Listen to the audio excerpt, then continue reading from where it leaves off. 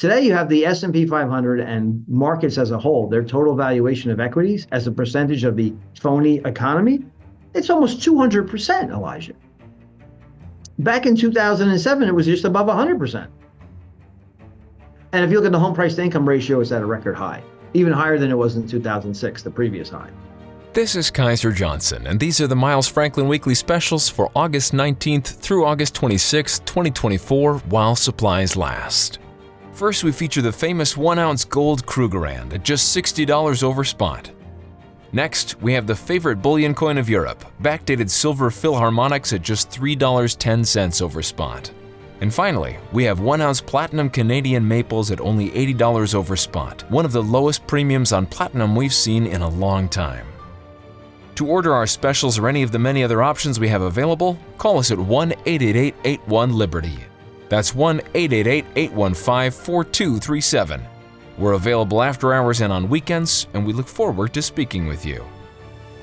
Hey everyone, this is Elijah K. Johnson with Liberty in Finance, and back with us today is our good friend Michael Pento from Pento Portfolio Strategies, pentoport.com.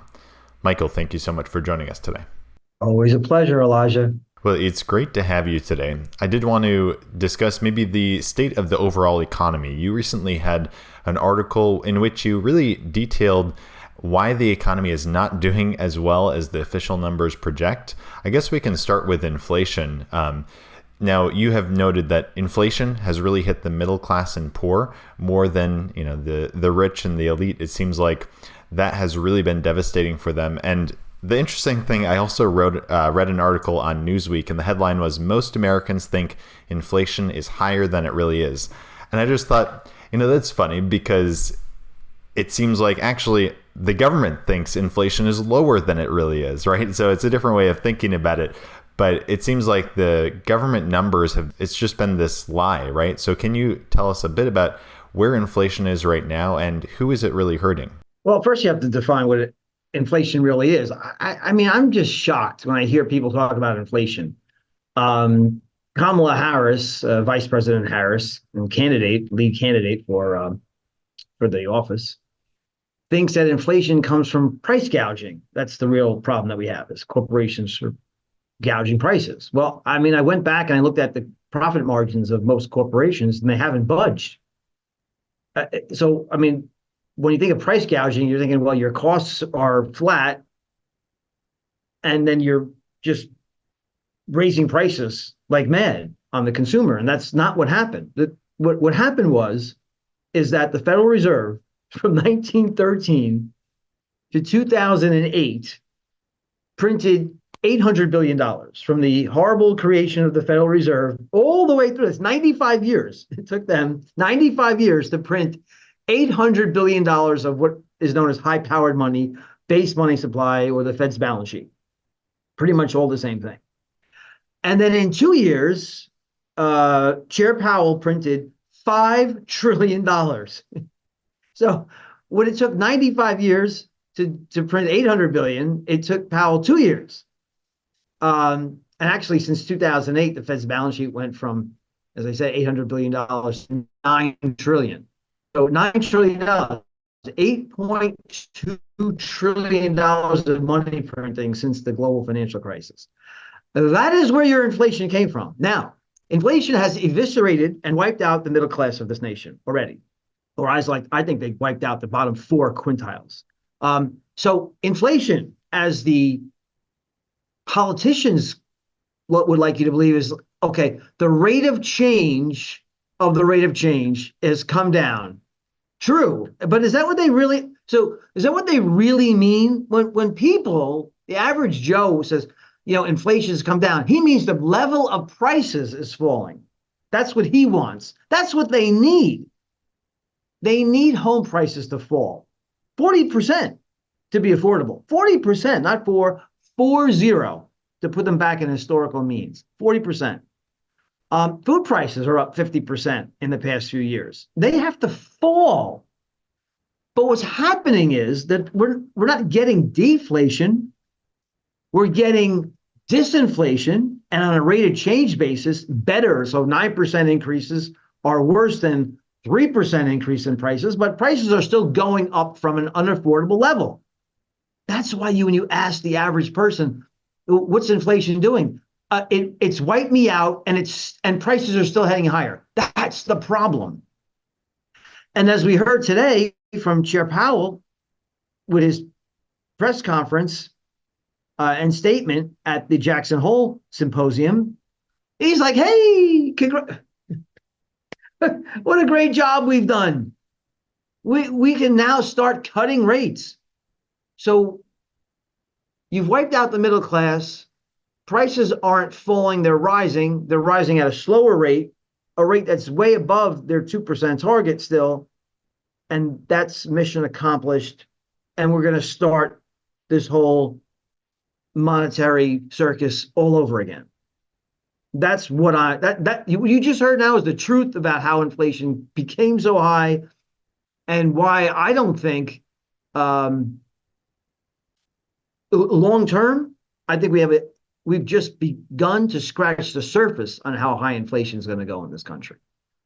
So I'm predicting we have a truncated period right now we have disinflation. I think it could still morph into deflation because the Fed's cutting rates just to follow the bond market lower. The bond market is already priced in at 3.8%. The 10-year Treasury note has already priced in the Fed's rate cuts. Mortgage rates are 5.5%. They've already priced in a series of 100 or so basis points and rate cuts. So I don't think we're out of the woods yet with recession. I don't think we're out of the woods yet in deflation. But on the other side of that, you're looking at intractable stagflation as far as the eye can see. You mentioned how we're not out of the woods yet with respect to a recession. You've also pointed out that obviously the labor market is slowing and there are a lot of headwinds to economic growth going forward. So can you take us maybe in the next couple months, year, what you are looking for in the economy? So the economy continues to slow, and precisely the reason is because inflation has put on ice 4 of the 5 quintiles. So it's only the top 20% that are really spending. If you ask them, they're doing fantastic. The homes that I own, multiple homes that I own, are at record highs in valuation and prices.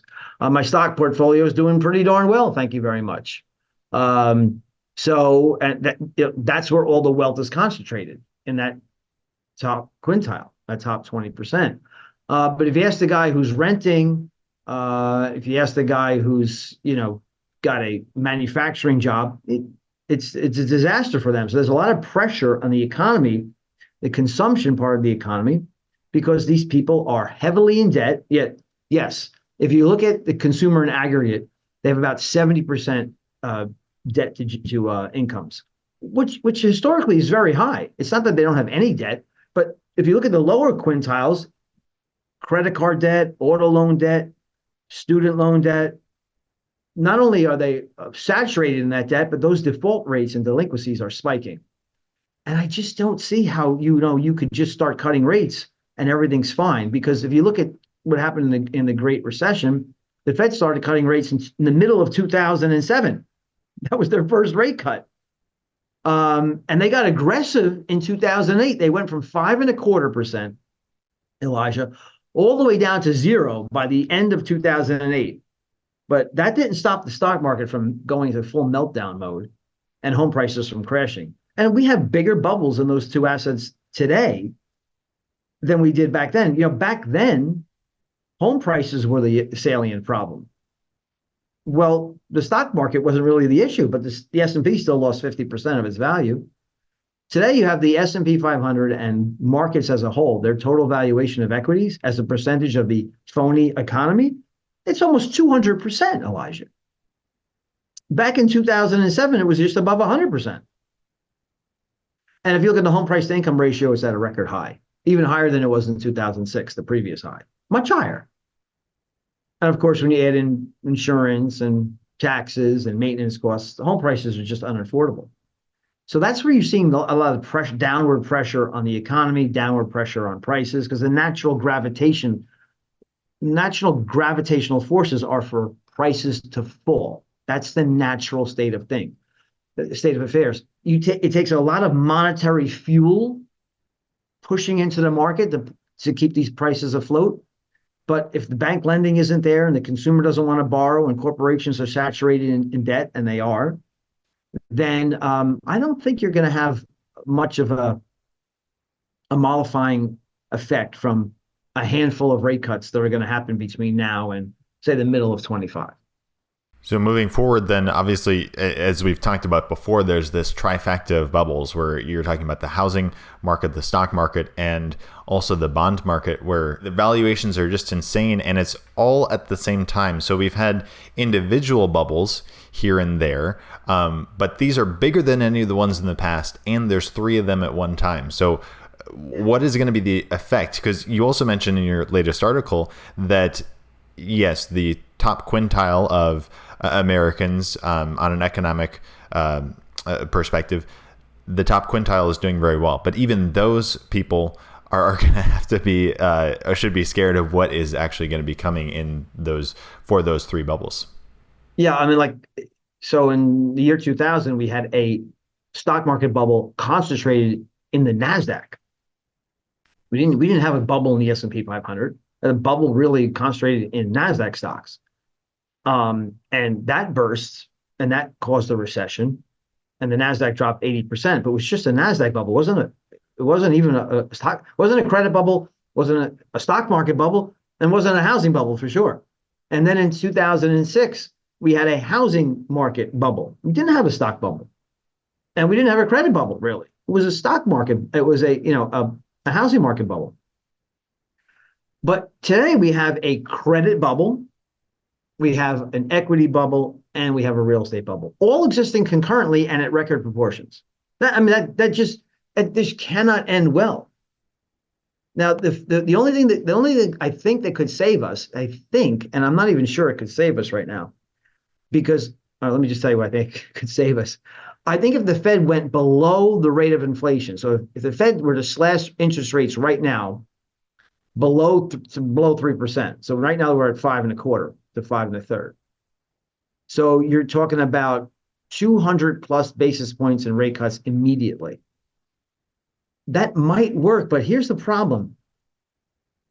If they did that now, I think the long end of the bond market, so if they did that, ex ante, so before we had a recession, then you would see, I believe you'd see the long end of the bond market it would crash and yields would spike. There's a very good reason for that, because you'd have all of the fears of inflation coming back from a very aggressive Fed on top of the fact that we already have an insolvent nation with $2 trillion deficits in a context of near record low unemployment. So, I don't think in other words, I'm not a Cassandra. I mean, I have a portfolio. The portfolio is up this year, doing just fine, thank you. I'm not sitting there shorting stocks all the time. That's not how I make money. I make money by making my clients money, so I don't spread fear. But I'm monitoring the situation here. I just laid out the situation. The situation is a very unbalanced economy. It's been marred by inflation. We have three big asset bubbles existing concurrently. We have an insolvent nation of assets minus liabilities. All those things are facts. I am monitoring the model that I created, part of the model contains financial conditions and credit spreads. And when those internal components, those arcane internal components, start to signal that we've got a problem, then I will adjust the portfolio to be more bearish, more hedges. But right now, we continue. We have some hedges. We do have some gold. I have a couple of I'm in bond and bond proxies, which are doing very well in this disinflation, not deflation, disinflationary environment. We've been long India for a very long time. It's been a great trade for us. But getting the timing correct, if I am right about the bubbles bursting, you need that model. You need to monitor those arcane internal components, and that's exactly what we're going to do. Now, when it comes to the precious metal markets, I know we have seen quite a rise in gold recently, with it topping the $2,500 level, making new all-time highs. Your take on gold, it sounds like you are long gold right now. Some people think it's very expensive right now. What is your take on where we're headed if this market does start to crash? Well, I mean, gold loves negative real interest rates and falling nominal interest rates. That's exactly exactly where we are. So what gold hates, what gold gets killed in, that's the environment is what I would call sector 4 of my portfolio. The sectors go from deflation, disinflation, stasis, reflation, and then stagflation or hyperinflation. Sector 4 is when you have a relatively healthy economy in the context of rising nominal rates, which happens in reflation. Well, we don't have that now. What we have is the Federal Reserve, who is telling you that, hey, we're ready to start cutting interest rates. Here we go. We're going to start cutting rates. We're going to be cutting rates for the next year or two. We're going to take them down to around 3%, from 5.25% to 5.33%. Effective Fed funds rate is 5.3%. And that's the direction of travel for interest rates. So nominal rates are going to be falling. And if they're falling in a context where we don't have deflation, because remember, gold does not like liquidity crises or a sharp deflation. Gold really likes disinflation. So I always start with 5% physical gold in your possession, and then you toggle your investment portfolio of what I call liquid paper gold between 0 and 20. We are at 10% right now in that very liquid, I call it, like I said, liquid paper gold. So think of that like either ETFs or even the gold miners. But in an environment where you're headed into possibly disinflation to deflation, you should be very wary of miners, because miners are stocks, and stocks usually get killed in deflation. So just be careful of that. And as for silver, are you bullish on silver right now, or is that more a risk play right now? No, me personally, I like silver when we have a global reflation occurring, and I just don't see that right now. So you want to see the global economy starting to boom. So this, because silver has an industrial component and a monetary component. So you want to see global growth accelerate. So demand for silver would be strong in the context of some reflation. I don't see that right now. I just don't see it. And remember what I said. The Fed can control short-term interest rates. They don't control long-term interest rates. And if you look at the fact that we've had real positive Fed funds rate now for well over 12 months, so it's well over a year, and they're positive by 2% plus, that seems to be that's when you see that's when historically things get really ugly in the money markets and in the economy. So I'm monitoring the situation. The odds are very high for a very chaotic period to occur. The time is just not yet, but I'm watching. And as for the economy, do you see any difference? I know a lot of people are paying attention to the election in these last coming months here. Some of, obviously, Harris's policies seem scary and completely incoherent in some respect, like taxing unrealized gains. But as for the economy in general, do you see much of a difference or possibility of one of the candidates turning things around? I'm a libertarian, so I'm not. I am going to vote for Donald Trump. But if let's just look at the fact that I don't see either one of these candidates are libertarians, hard money advocates. So I would like to see someone who actually espouses going back on the gold standard, but that's not Donald Trump, and it sure as heck isn't Kamala Harris. Well, some of her policies are just very, very bizarre. For instance, as I mentioned, she blames inflation on price gouging. Well, the margins of corporations haven't changed. It wasn't a sudden epiphany on the part of corporations that we want to start just massively raising our prices for no reason. The margins haven't really changed. So And then she says she wants to do things like, I want to give, this is her solution to the housing crisis, is to give people $25,000, first time home buyers, $25,000. From where, Kamala? Where are you getting the money from? And let me see. So the government's giving subsidies. So like when the government gave subsidies for college, did that bring college costs down? All you're doing is increasing demand for homes without increasing the supply.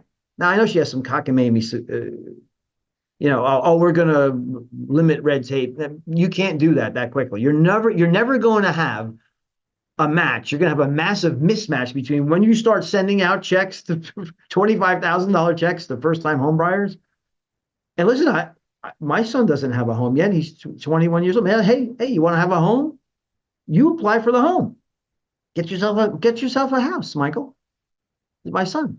So, I mean, you know how many people that really shouldn't be buying a house would then be buying a house because they have a $25,000 check from the government? So you're putting massive supply on the low end of houses. That's what you would do, setting prices much higher because the supply would be a big supply demand mismatch. So it's bizarre. I mean, a lot of her policies make me, think more of Venezuela than the United States. I mean, she's on record saying, and I don't want to get so political here. Again, I'm a libertarian, but Kamala Harris is on record saying that she wants to not guarantee. You got me started on this, so I'm blaming you. So the United States is a meritocracy. What we do is we guarantee a level playing field, a fair and level playing field for everyone to succeed if they work hard and if they put in the effort. But Kamala Harris says she wants guaranteed outcomes.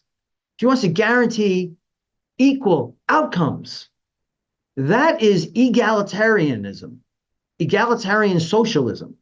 That's what that is. So you're not going to say I'm going to give everybody the same opportunity. You're going to say you're going to give this group of people a lot more money so they can end up the same place as everybody else. Well, that's called egalitarian socialism, and that ends up like everybody ends up in the same place like they do in Cuba. That's not where we want to go as a country.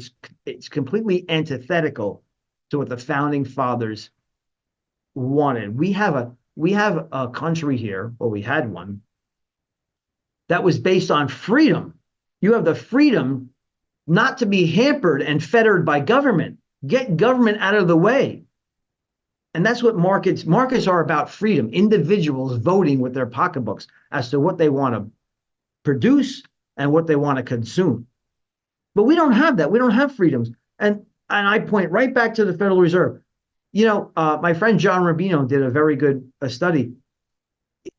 If you price GDP in gold, you price the stock market in gold, so in other words, adjust it for an accurate inflation barometer, we don't have much of an economy here. We don't have much economic growth, real or organic growth. It's just inflation, stock market inflation, GDP inflation. So, in trying to pursue a policy now of inflation on top of what we already have done, and it all rests on the hands of the Federal Reserve. This is a huge mistake to start going down the road to make prices go higher. The aggregate price levels rise from here. It's very destructive to a middle class that's on life support. And now, before we let you go, Michael, if you wanted to detail for our viewers, kind of reminding our viewers the main economic factors you're looking at right now, because it seems like your projection going forward in the economy is not necessarily the best one, and it's important for our viewers to kind of know what to look at. So do you want to detail kind of the things that you're looking at right now to kind of signal that, it could be tough times ahead? Well, I'm looking at rising default rates in credit cards and auto loans. I'm looking at credit spreads, which have spiked massively when the yen carry trade started to unwind. But now you see if Powell is going to have an aggressive rate cutting cycle, guess what's going to happen? The yen is going to rally huge against the dollar. She's going to put another crimp on the yen carry trade. So you have another rush to unwind these carry trades, which means you have to sell stocks and bonds around the world and then sell those currencies and buy back the yen. So it could be very destructive for markets. I don't see. I look at the monetary fuel, which is, if you look at the Fed's balance sheet, it's shrinking. If you look at the level of real interest rates, it's positive. If you look at bank lending standards, they have inverted for the longest inversion in history. I mean, it was the second steepest inversion in history. There's 100 basis points of inversion. And it has been inverted now for the longest period of time in history. And this particular indicator has 100% accuracy of predicting a recession since 1955, except for one period of time when GDP crashed. I think it was 1965. It crashed from 10% to zero. We didn't have a recession, but we had an absolute debacle in the economy, and we haven't had one yet. So I'm not ready to throw these indicators out the window. You look at leading economic indicators, NFIB, National Federation of Independent Businesses. All these things still point to we have a very weak economy, and an economy that's weakening. And again, the calculation is, will the Fed's handful of rate cuts that have already been priced into the bond market change that calculation? And I think the odds of that happening, of a soft landing, are low.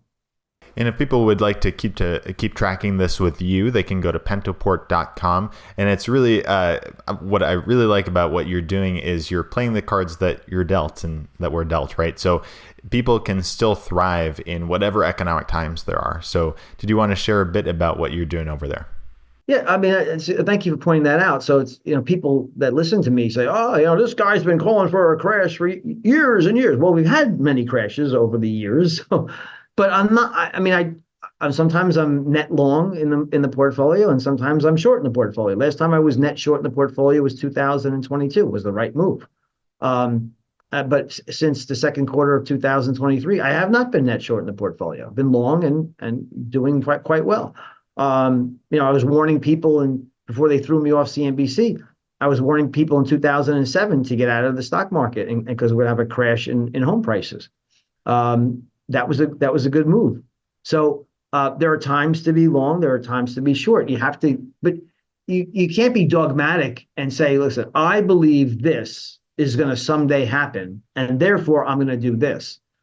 That's why I have my model. The IDEC model, or the inflation, deflation, economic cycle model, measures the second derivative of inflation in the context of the health of the economy, and lets me know where we are in those five sectors between deflation and hyperinflation. And that informs me, what does well in deflation is totally different than what does well in stagflation. So that's the basis of how I manage money. And, in that regard, you can make money in bull markets. In this case is what's happening. But you could also have an eye out for sector one, which is when you see when you see the carnage coming, which is what happens in a recession when earnings crash and the stock prices fall 35% at a minimum. That's when you need to get protection in the portfolio, and that's what we're monitoring here, and we'll continue to do that. Fantastic. Well, Michael, we really appreciate your time today as always. Thank you so much, and God bless. And God bless you too. Keep up the good work, you and your dad. This is Kaiser Johnson, and these are the Miles Franklin Weekly Specials for August 19th through August 26th, 2024, while supplies last. First, we feature the famous 1-ounce gold Krugerrand at just $60 over spot. Next, we have the favorite bullion coin of Europe, backdated Silver Philharmonics at just $3.10 over spot. And finally, we have 1-ounce platinum Canadian maples at only $80 over spot, one of the lowest premiums on platinum we've seen in a long time. To order our specials or any of the many other options we have available, call us at 1-888-81-LIBERTY. That's 1-888-815-4237. We're available after hours and on weekends, and we look forward to speaking with you.